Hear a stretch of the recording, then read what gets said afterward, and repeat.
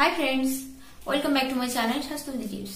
আজ আমি শিশুদের জন্য খুবই হেল্পফুল একটা ভিডিও নিয়ে এসেছি। শীতকালে শিশুরা বারবারই সর্দি কাশিতে আক্রান্ত হয়, সেই কারণে আমরা মায়েরা কিছু টিপস যদি ফলো করি আমাদের শিশুদের সর্দি কাশি থেকে অনেকটা মুক্তি দিতে পারবো। আমার শিশুর ক্ষেত্রে আমি এটা ইউজ করি, তার জন্য আমি আপনাদের সাথেও এটা শেয়ার করতে চাই। তো চলুন ভিডিওটা স্টার্ট করি।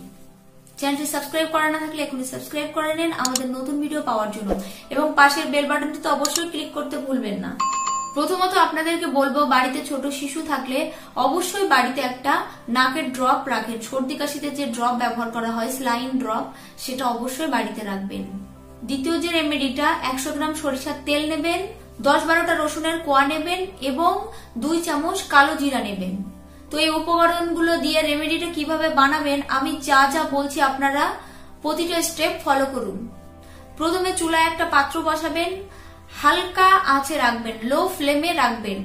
তারপর সরিষার তেল পাত্রের মধ্যে দিয়ে হালকা গরম হবার পর রসুনের কোয়াগুলো দিয়ে দেবেন। রসুনের কোয়াগুলো একটু সামান্য থেতো করে তারপরে দিলে রসুনের ভেতরের উপাদানগুলো ভালোভাবে বেরিয়ে যায়। রসুন কিন্তু সর্দি কাশিতে অনেক ভালো কাজ করে, অ্যান্টিবায়োটিকের কাজ করে রসুন। তার জন্য ঠান্ডা লাগাতে রসুন ব্যবহার করাটা অনেক ভালো।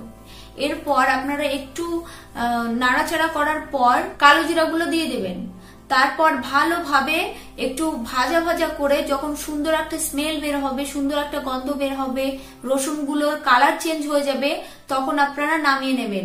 নামিয়ে নিয়ে ঠান্ডা করে তেলটাকে ছেঁকে নেবেন ছাঁকুনির মাধ্যমে। এই তেলটা আপনারা শীতকালে আপনার বাচ্চার জন্য ইউজ করতে পারেন। সর্দি কাশি থেকে একদমই দূরে থাকবে। যদি সর্দি লাগে সেক্ষেত্রে আপনারা তেলটাকে হালকা গরম করে নেবেন এবং হাতে করে নিয়ে আরেকটু বেশি গরম করে বুকে, পিঠে, হাতের তালুতে, পায়ের তালুতে দিয়ে এবং এই টনসিলের জায়গাগুলোতে ভালো করে মাসাজ করে দেবেন। সর্দি কাশিতে খুব উপকারী এই রেমেডিটা। তো এটা ফলো করলে আপনারা খুবই উপকার পাবেন। চলুন ভিডিওটা শেষ করি। আর ভালো লাগলে অবশ্যই চ্যানেলটি সাবস্ক্রাইব করে রাখুন আর একটা লাইক করুন।